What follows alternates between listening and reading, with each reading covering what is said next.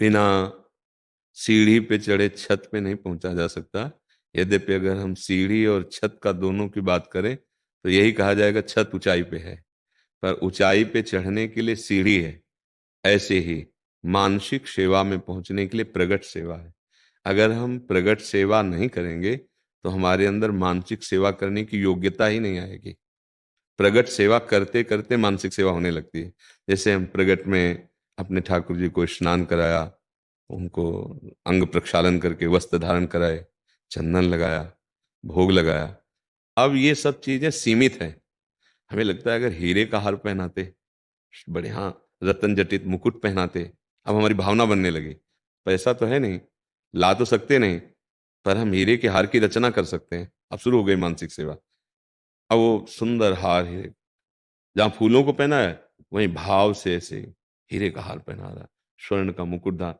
अब भोग लगाया तो 2 रोटी 4 रोटी फूल का वही, और दाल चावल बस।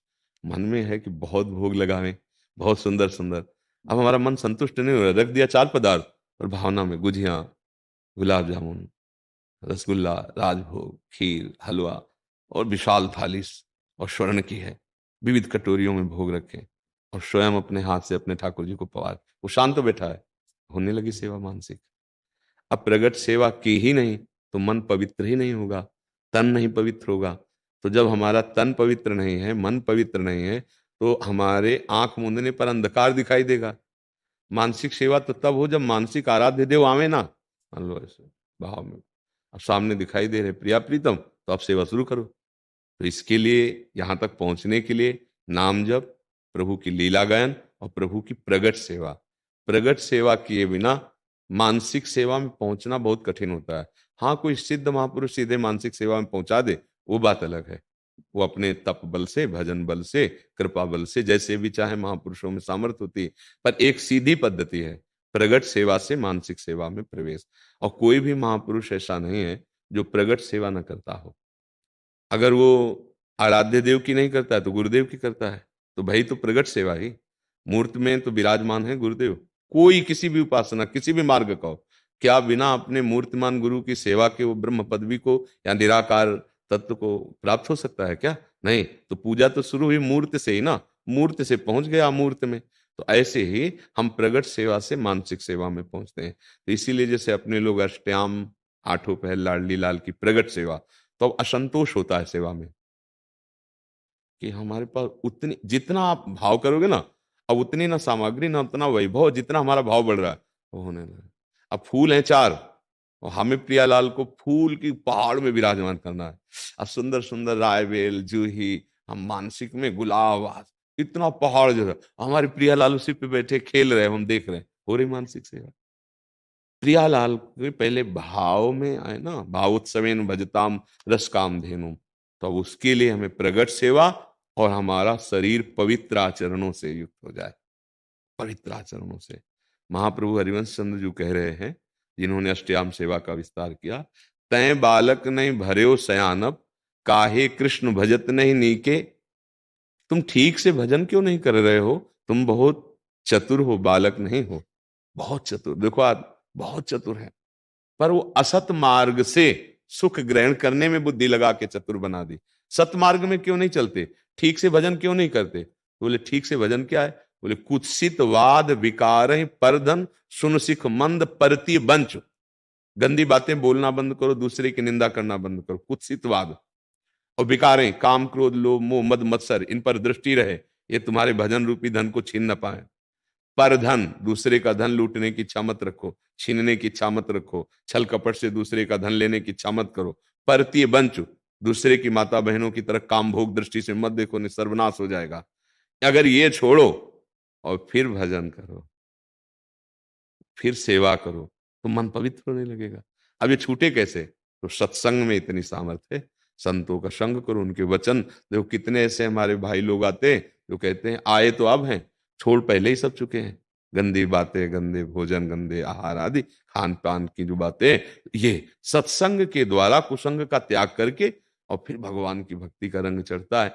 यद्यपि मानसिक सेवा श्रेष्ठ है, पर वैसे ही जैसे छत है, वहां पहुंचने के लिए छत ऊंचाई पर है, पर प्रधान कार्य सीढ़ी का ही हुआ। अगर हम सीढ़ियों से पे पैर ना रखते तो छत पे नहीं पहुंच पाते। तो ऐसे ही, और या तो लिफ्ट है, तो वही बात हमने कही, कोई संत कृपा कर दे, कोई महापुरुष कृपा कर दे तो सीधे मानसिक में प्रवेश हो सकता है। पर सिद्धांत ये है कि पहले प्रगट सेवा करे और फिर मानसिक सेवा। एक विनोद की बात है, बहुत कंजूस थे पर बहुत बड़े सेठ थे। तो संत भगवान के पास गए, बोले सहज में भगवत प्राप्ति हो जाए, 1 रुपया न खर्चा हो। बोले नाम जप करो, रुपया पैसा नहीं खर्चा होगा। कृष्ण कृष्ण हरि हरि राम राम राधा राधा जपो, और मानसिक सेवा करो। भगवान को मानसिक में देकर कभी खीर पूरी अच्छे अच्छे पदार्थ पवाओ। अब जैसा बना धीरे धीरे धीरे से काफी समय हो गया कर।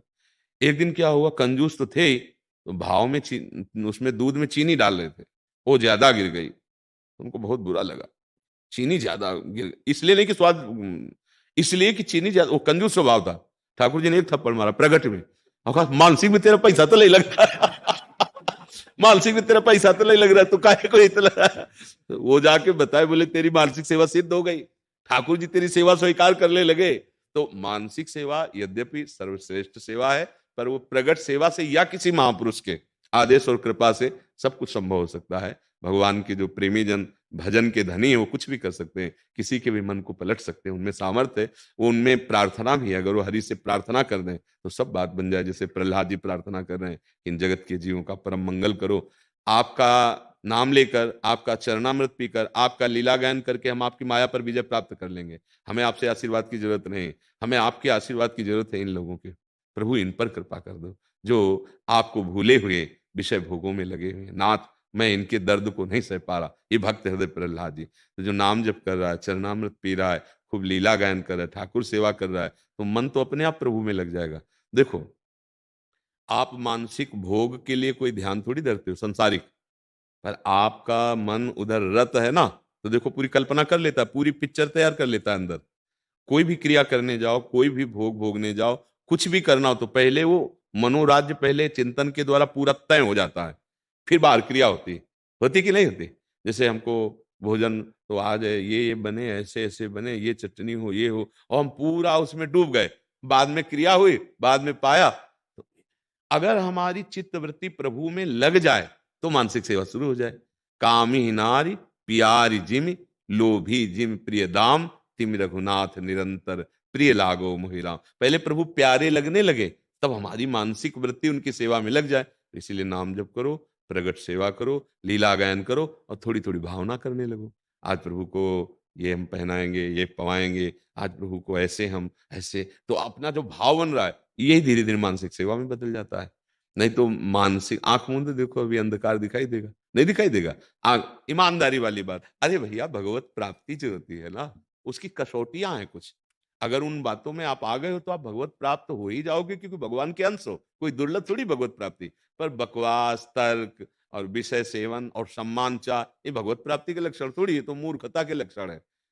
विमूढ़ आत्मा ये करता हमिति मन में, मैं ऐसे। और जो परम पद में होता है वो ज्ञानी पुरुष होता है, प्रेमी पुरुष होता है, समस्त द्वंद्वों से मुक्त, निर्माण मोहादित संग दोषा, अध्यात्म नित्या विनिवृत्त कामा, धंधेर विमुक्ता सुख दुख संगे, वो चिदानंद सुख का अनुभव करने वाला महात्मा, वो महात्मा का तात्पर्य हम किसी वेश से नहीं कह रहे, कोई भी हो, वो स्थिति, वो कसौटी है। मान अपमान आपके हृदय में विचलित ना कर पावे। अगर संत समागम मिला है तो दैन्य होकर जहां हो उससे आगे बढ़ने की बात पूछो, उससे तुम्हारा मंगल हो जाएगा। तुम कुछ हो ये जनाने की बात, तो अपने लोगों को तो कोई जानकारी की जरूरत है नहीं, कि जैसे घर में पहुंच गए तो हमें किलोमीटर गिनने की जरूरत नहीं है, हम आ गए, अपने घर आ गए हैं। आए मिले परिवार आपने, हरि हंसी कंठ लगायो, भाग बड़ो वृंदावन पायो। अब जैसे आप लोग आए हैं कृपा करके, तो आप जहां चल रहे हैं उसमें जो बाधा हो, और आप जहां चलना चाहते हैं वो मार्ग क्या है, ये जानने के, अपनी तो जो धरोहर उसे छुपा लो और माल ले लो, तब तो बुद्धिमान माना जाएगा।